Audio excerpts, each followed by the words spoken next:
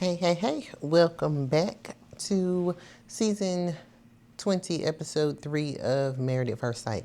I thought there were 3 episodes dropped tonight. It was only 2, so I'll be done for today. So I'll be dropping 2 episodes. We, of course, start off where we left off with Nikki and Shawn getting married. Initially, I did not like the way Nikki was looking at Shawn. She was looking at him like, he asking her questions and she ain't like she can't say nothing. I know he not the most attractive man in the world, but like you can answer that man's question. She just sitting up there looking disgusted and stuff, and just not responding. And I know his mama noticed it too. I know she saw it too because she had this little look on her face. I'm going to chop it up to nerves because I don't know her like that, but I didn't like that at all. She did eventually loosen up, introduce herself or whatever. Was that lipstick on her mouth right there? I ain't doing no word for word because, it was too many words and not enough action in this episode. I did love that Shawn's mama brought that broom so they can do the tradition of jumping over the broom. Because she is right. That is something that we weren't able to do back in the day. So, it's a privilege to be able to do it openly and make it a part of a legal ceremony. Let me see. I don't know why, but after they jumped over that broom, I started wondering what Shawn would look like without no shirt on. I don't know. It was just something about the way his tux moved when he jumped that I just wondered what it's going to look like when he take that shirt off. I know it's giving dad vibe, but I don't know how much of a dad like it's giving.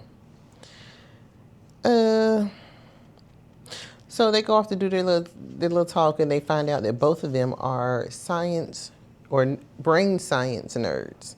And I'm like, okay, that's pretty unique.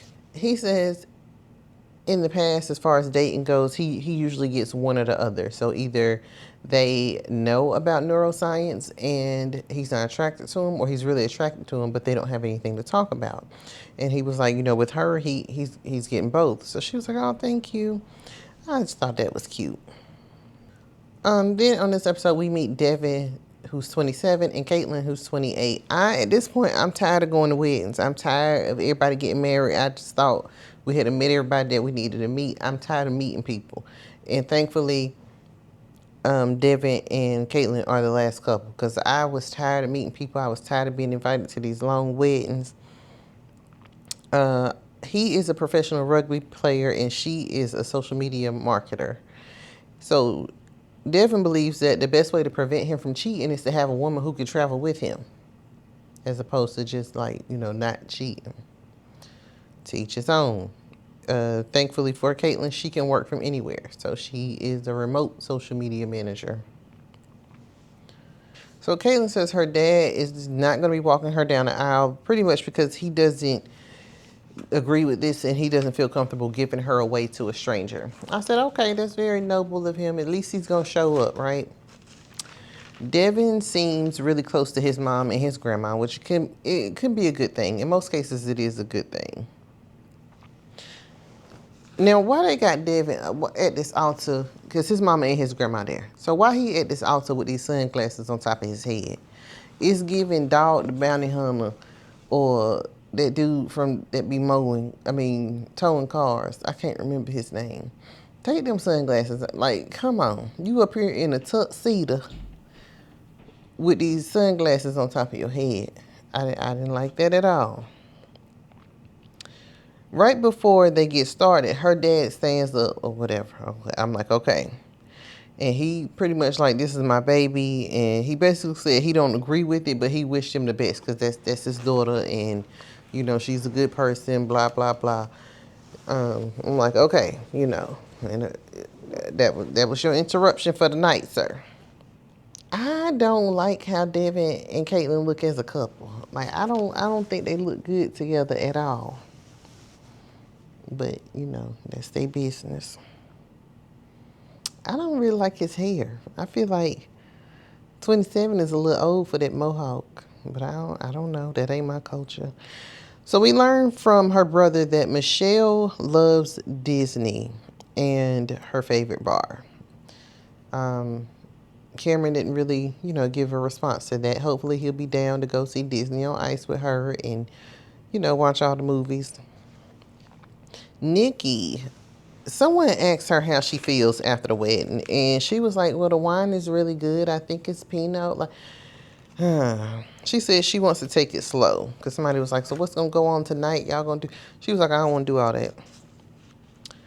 Shawn's Uncle Mike said something that I think I'm going to take with me. He said, the slower you go, the faster it'll happen. I think that's what he said. He might have said the slower you go, the faster you'll get there. Something like that.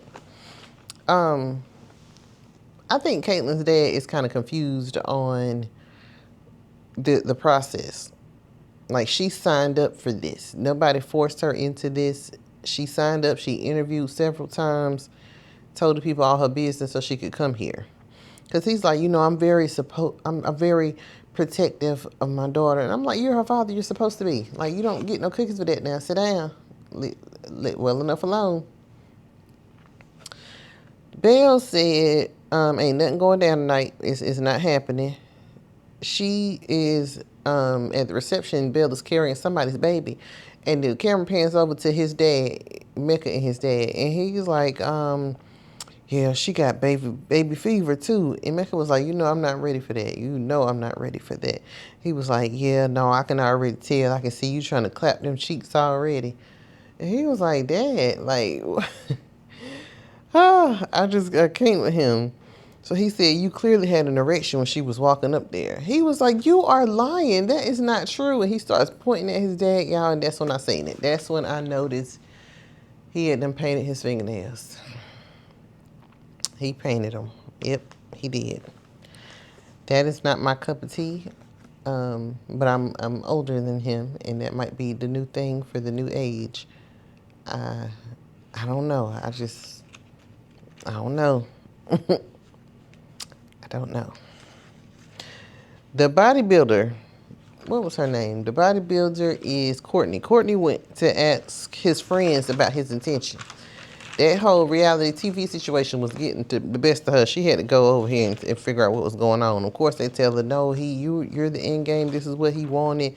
You'll get to know him, blah, blah, blah. They're not going to tell you nothing different. They is homeboys.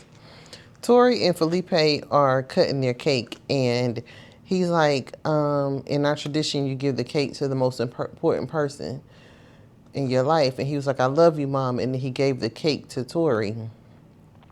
And his mom, like, she had a little hard time with it. She might have been joking, but Tori gave her the piece of cake, and I thought that was really sweet. But that is the order of business. That is how it's supposed to be.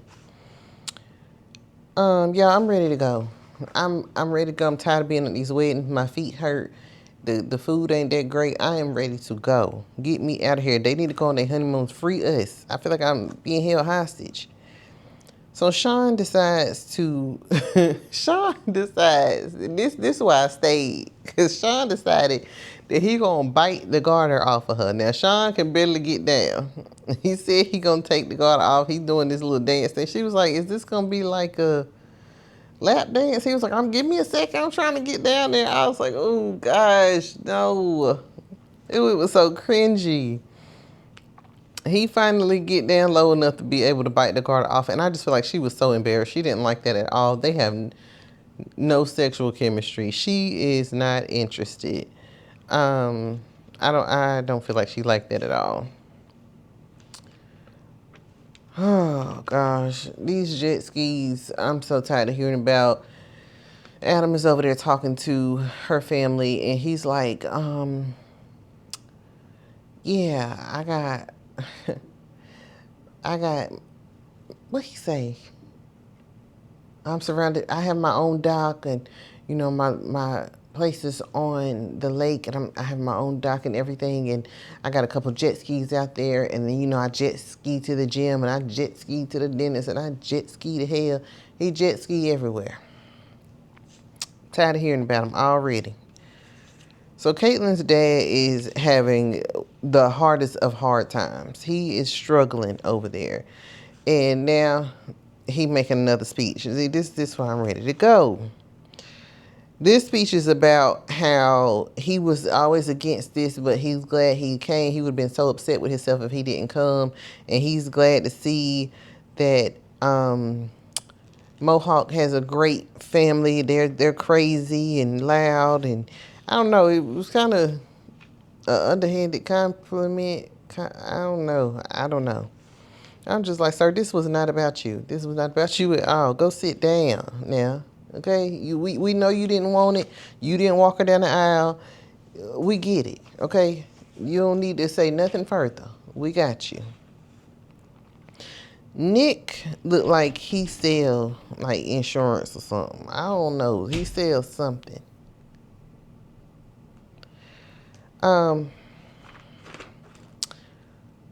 Just when I was getting ready to excuse myself, they let me free. And then we see Mecca and Belle having a conversation in the car about how her mom raised 5 kids on her own.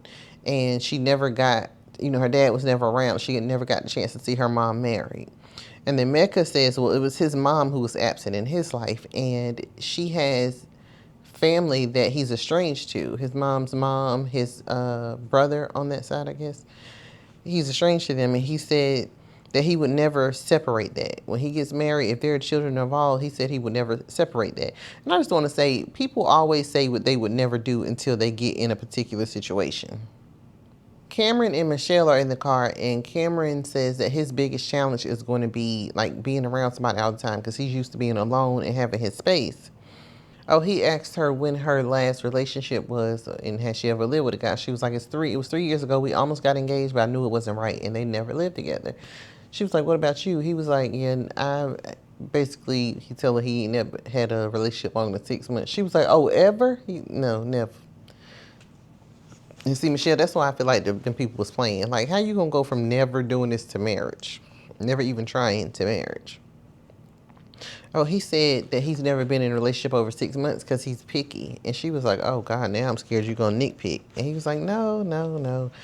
Yeah, he is. He's going to pick you apart.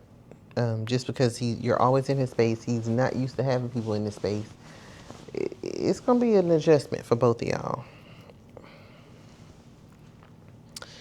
Y'all remember I'm going to get you, sucker. So, Courtney is in the bathroom and she is taking herself apart, and she took the makeup off, and that was even a shock to me that she looked so much older without the makeup. And I think that it's from the tanning beds. He was like, your hair is really long. She was like, oh, these bad boys are extensions. He said, oh. He said he loved that she took the makeup off so soon, like right away. He was like, that shows confidence or whatever. But he was like, we're going to have to talk about that tanning bed. That tanning bed is eating her alive. It really is. So she got them spots and stuff on her chest. She got to get out of that tanning bed. Like today. She looks very, very different without her makeup. It shocked me. She looks so much older without it to me. Okay, I'm skipping over all the other first night stories, and we're going straight to Nikki telling that man to to stay on his side of the bed and sleep with a shirt on. Come on now, Nikki. Like, I understand you're uncomfortable, you're not attracted to the man, but him not having his shirt on is not going to be of any detriment to you or your health. Like, come on now. She said she doesn't feel the attraction yet, and we knew that. I knew that. As much as she claims to be a sapiosexual, she still has room for physical attraction, and it's just not there. It's just not there. Shawn just might be drunk, asking that lady, does she want a 69? I said, what? I'm just teasing. No, you don't know me. You cannot tease me like that. I'm sorry. I know Nikki didn't think that shit was funny at all, but it was hilarious to me. He asked, she was taking her makeup off and stuff, and Nikki is a very beautiful woman. She didn't look any, I don't know if she just didn't have that much makeup on, but she didn't really look any different without it. And while she's taking it off, he was like, can I have a kiss? She was like, why don't we hold on that for now? And he was like, oh, okay. And I'm like, I felt her on that. She was like, I don't need a kiss every 5 minutes. But the thing is, if you was attracted to that man, you would have kissed him. That's the thing. You weren't attracted to him. Shawn has some good teeth. It's just, ugh, whatever. I noticed that one side, Cam and Michelle are going to bed. They're talking. I noticed when he smiles, like one side of his face doesn't move. And then I just started looking at it when he's not smiling. One side of his face is kind of droopy. I noticed that. I wonder if he had, something happen there.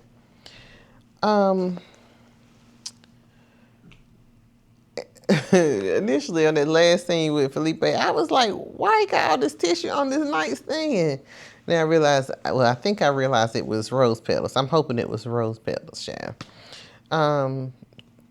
They're getting in bed. They're going to sleep. She allowing him to sleep in the bed. He just hopes that she likes him.